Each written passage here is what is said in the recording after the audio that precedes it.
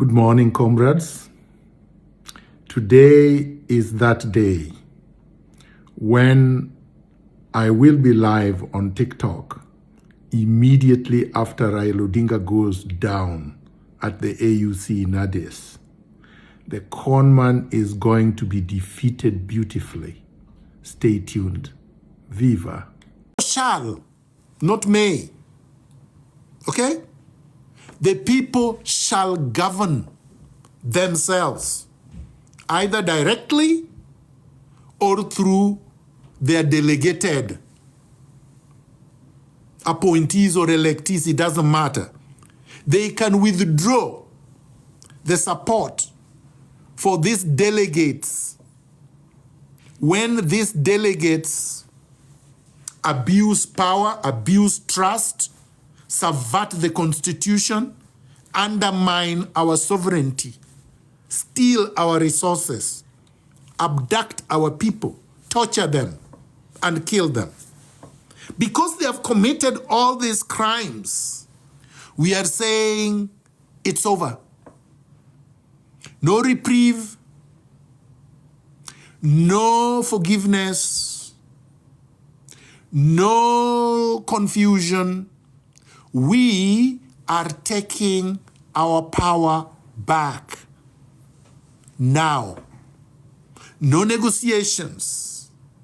So, we have to organize wherever we are. Let nobody tell you, oh, you are abroad, you are where. No, it doesn't matter. We are all Kenyans. We are all patriots. We are all freedom fighters.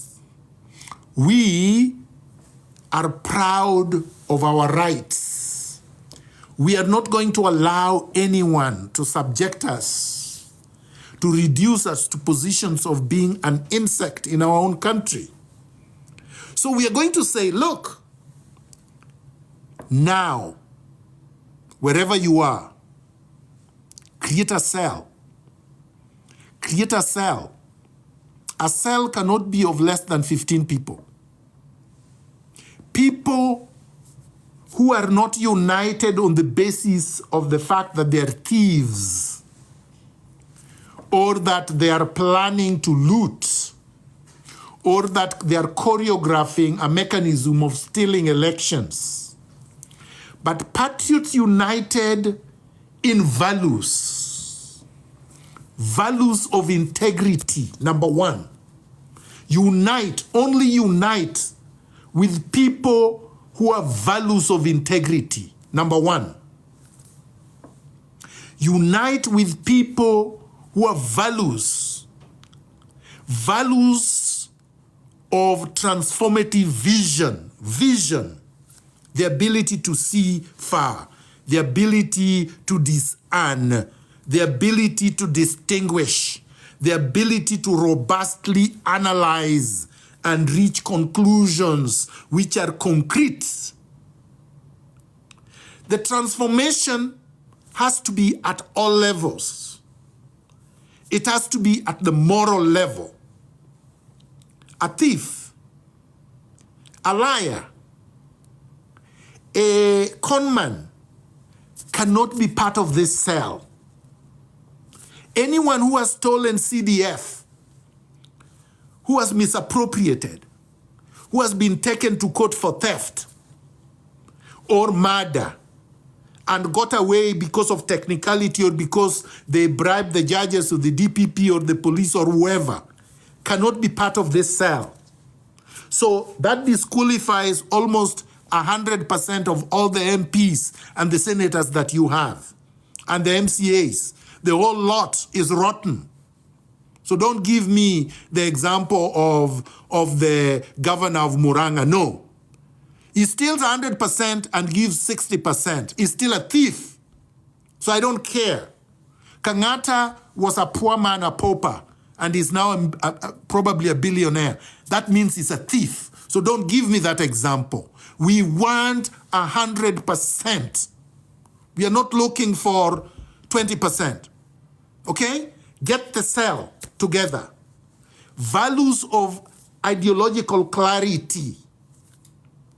If you have no ideology, and probably a lot of people don't even have an ideology, but get the cell of ideological clarity, okay?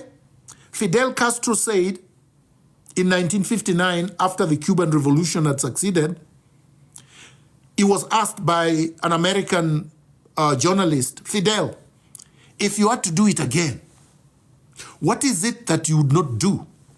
Or what is it that you do? Fidel said, if I have to do it again, oh, it's gone. Huh? What is it?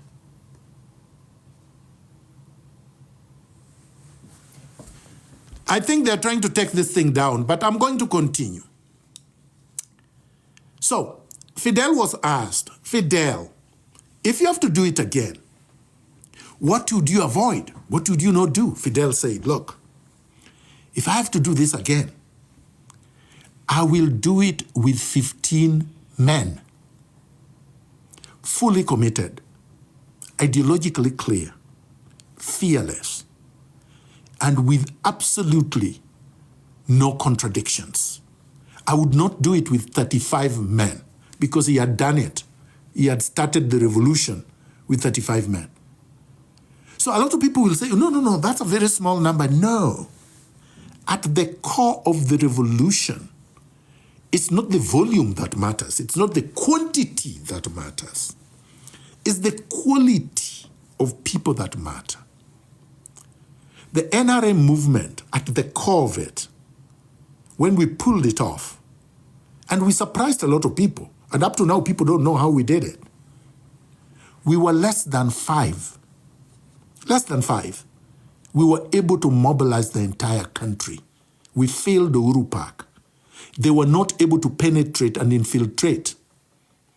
And they were not able to plant anything. And even though Raila betrayed me and tried to pull out, he couldn't. Because when he saw the mass of people, he couldn't pull back. And I did it with no apology up to now. And if I were to do it again, I would do it again. Because if you elect a conman like you did in 2017, then I will swear you a conman in. Because that's the person you've chosen. All right? I respect the people that much. If you elect a conman, it is the conman that gets sworn in. Then you realize you elect a conman. Next time, you will not elect a conman. Just like this time, we elected a thug, a tyrant. Ruto is a thug. Ruto is a tyrant, yes. Because we had a demagogue and a deputy demagogue in 2022. So the demagogue was saying, I'm going to destroy the Constitution. I'm going to remove the term limits. I'm going to bring back detention without trial. I'm going to make sure that bodies on River Yala, there are going to be more bodies, all the rivers now. River Nyando, River Sondu, Athi River, whatever. All the rivers were going to pile up with bodies. And we said, no, this is now an existential threat. He's now with Raila Odinga. We have to stop them. So we used the deputy demagogue to stop the chief demagogue, Uhuru Kenyatta. That's what we did. We used Ruto. Knowing very well that we were now making sure that Kenyans understood, number one, that a president can be stopped. That you can actually defeat a sitting president. To me, that was the most important strategic value.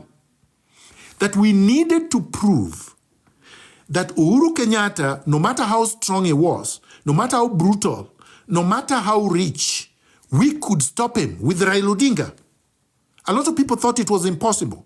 But I wanted this to happen so that Kenyans could know power is in their hands. So next time when faced with a chicken thief who is now becoming a tyrant and a plunderer, we can stop a chicken thief who is Ruto. If we could stop Uhuru Kenyatta and Raila Odinga, who is Ruto? Even if Ruto is joined by Raila Odinga and the stupid, lazy man called Mudavadi and the watermelon and the rest of them, we can take them and bury them in one heap, which is what we are going to do. All right? So, form cells, concentric circles, 15, then 15, then 15, of fully committed men and women of integrity. Fully committed. Bound only by the values of valor, values of integrity, values of freedom, values of honesty, values of transformative vision. Once you have that, then we will call a day when we can march on to State House and we can take it. I can assure you, Ruto will take the first flight to Sudan so that he can go and die with the janjaweed that he supports. All right? But if he remains in the country, he's going to committee. And all these big houses that he's constructing for mistresses all over the country will be taken over and will turn them into hospitals and huge, research facilities. He's built very nice places that we can turn into huge medical research, ICT, artificial intelligence, hubs for the country, for the benefit of everyone. We can turn them into huge factories, the farms that he has dotted all over the country, together with the Uhurus. Some of them will be malls, like the Taj Mahal that he has built in Washungishu. That would be a tourist attraction. We turn it over to the Ministry of Tourism and is run properly and earns the country revenue. So this is the way. There will be expropriation without compensation of public land they have stolen. We must expropriate all public wealth that these people have taken. All the banks they are starting, all the hotels they have opened, these are all public. These are all public property, which we must take back. And then run them efficiently with integrity to earn public wealth. And then we will turn the cities into modern, well-managed cities of the world, just like I told them in 2017. Nairobi needs a subway system. That's the only way to deal with transport. And Mombasa, and Kisumu, and Nakuru, and Eldoret, and all the cities. There is no city in the world that does not have the majority of its commuters underground. If you don't have that, you're not a city. You're a village. You're a banana republic. Okay? So we want to do this. Tanzania is doing it. They have trams. They have streetcars that are modern. The Dar es Salaam International Airport now is better than Kenya 10 times. And they have done it in the last 15 years. Magufuli did a great job before the Americans took him out. It doesn't matter if they take you out as long as you leave a mark. What you leave behind is a legacy, just like Sankara left a legacy. Revolutionaries don't die as long as you have left a legacy. We are talking of Lumumba. We don't talk of Mobutu, who was there for 35 years, 40 years. Lumumba was not even there for 2 years, but we still talk about Lumumba. We talk about Sankara, who was there for only 4 years. We talk about Nkrumah, who did not finish 5 years. The point is, legacy more important than all this ostentatious opulence, courtesy of our taxes. And once we have these cells, then we have the engine of change. If you turn this into a movement, the cells coming together into a movement, a national reconstruction movement, call it what you want, a national revolutionary movement, a national reconstruction movement, whatever you want to call it, then we can turn Kenya around. It would not matter what age group, it would not matter what gender, it would not matter the level of education. The values are what should and must unite us in turning things around. And that is what I wanted to say today about the meaning of Raila Odinga's defeat, the meaning of Raila Odinga's complete humiliation in Addis Ababa, that it is good for the revolutionaries.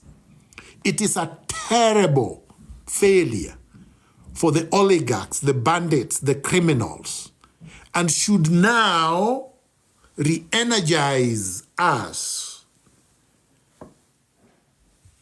in the final push for the total liberation of Kenya. Let me look at some of the questions that you may have. Any questions? I don't see questions. Huh? Are there any questions? No. Yeah, I think everybody is happy. So, viva! This has been a magnificent day, and I would love to go on and on, but every good thing must have a beginning and also an end. And so, comrades, patriots, citizens, freedom fighters, we must continue. A luta continua. Viva! Who's the best one to replace Ruto? They were asking. Okay, so the question is asked, who is the best person to replace Ruto? The movement will decide. Once we have the movement based on values, the best person will emerge out of the movement. It is retrogressive and reactionary for someone to start from the position of, I must be a leader, or it must be this. No. There are thousands of Kenyans who are capable, but we have not created the conducive conditions for them to emerge to the leadership position. Just like in Senegal, you didn't know the current president would be president, and nobody knew what kind of president he would become. But I can assure you, there will, in the next epoch, after our revolution, no tin god, no pictures of people hanged in offices and business places. It's primitive. You hang your parents' pictures, your loved ones, and your heroes. You choose who those heroes are. The state should not choose that for you. So this low self-esteem character, behavior of hanging your pictures all over thinking that you are a semi-god, that will be a thing of the past. I can say that with confidence. Because that's not how proper societies are governed. When are you coming back? When am I coming back? As if I left.